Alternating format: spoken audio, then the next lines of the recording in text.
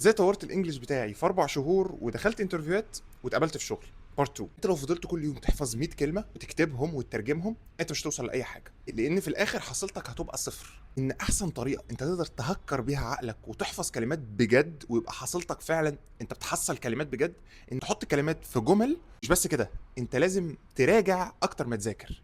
انا مش عايزك تذاكر، انا عايزك تراجع. انا هديك مثال. امبروف يعني تطور. لو انت قعدت تكتب امبروف يعني تطور، امبروف يعني تطور، اديها يومين 3 وهتلاقيك نسيت.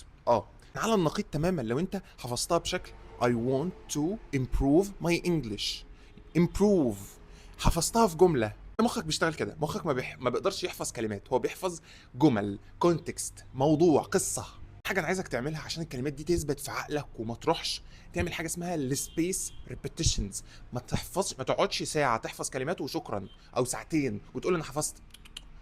احفظ ربع ساعه الصبح، 3 4 كلمات احفظهم. العصر بص عليهم، العشاء بص عليهم. ده السبيس ريبيتيشن. انت على مدار اليوم عمال عينك عمال يجي عليهم. الحفظ هيبقى اسهل، هتحصل فعلا المعلومه او الكلمه هتخش في مخك مش هتطلع بالسبيس ريبيتيشن ده. جربها يا جماعه، انا بجربها دلوقتي وانا بتعلم الماني فاهمين؟ الموضوع تحفه. انت ممكن تروح المكتبه وتبدا تجيب قصاصات ورق عشان تعمل الفلاش كاردز بتاعتك وتبدا ان انت تنظمها وكل ده. بس في ابلكيشن هيظبط لك كل ده. ايه هو الابلكيشن بقى؟ ابلكيشن كلماتي، او بندلعه نقول له كالي ده انا مسحول فيه بقالي مده يا جماعه. تحفه. اتعلم بيه جيرمان وانا مبسوط وانا مستمتع. بعمل الفلاش كاردز بتاعتي، الكروت بتاعتي، وابدا بقى على مدار اليوم وانا في المواصلات شويه، وانا في المستشفى شويه، وانا مش عارف قبل ما انام شويه، اجي في اليوم اللي بعده وانا رايح الكورس وبختبر نفسي اخبار الكلمات ايه، بلاقي ان انا حافظهم صم بسبب موضوع الفلاش كاردز. تعالوا اوريكم انا بستخدم ابلكيشن كالي ده ازاي. هتدخل التطبيق وبعدها هتضغط على علامه الزائد اللي تحت وتبدا تضيف كلمه جديده. الكلمه دي هي بالجيرمان يعني عربيه، اوتو.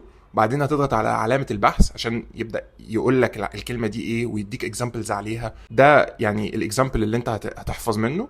وبعدها هتختار الكاتيجوري، تعمل لنفسك كاتيجوري. بعدها ممكن تحط صوره، تختار الصوره اللي ليها علاقه بالكلمه بحيث يعني تعزز من حفظك اكتر. وبعدها تعمل اد وورد وتضيفها في الكاتيجوري بتاعتك. زي ما انتم شايفين هي دي الكروت بتاعتي اللي انا براجعها على مدار اليوم. دي كلمات بالجيرمان بس انت طبعا ممكن تستخدمها للانجليش عادي. وكمان في اوبشن انك تروح لكالي، وكالي دي اي تبدا ان انت تمارس اللغه معاها. وطبعا تقدر ان انت تخلي كالي تعمل لك كويز على الفلاش كارد اللي انت عاملها بحيث انك تختبر حفظك للكلمات دي اخباره ايه. طبعا كالي بيدعم كل اللغات تقريبا، جيرمان، انجلش، فرنش، بيدعم تقريبا كل اللغات المشهوره. بجد انت بتطور اول عمود من اعمده اللغه وهي الفوكابولاري او الكلمات. في الفيديوهات الجايه هنتكلم على الليسننج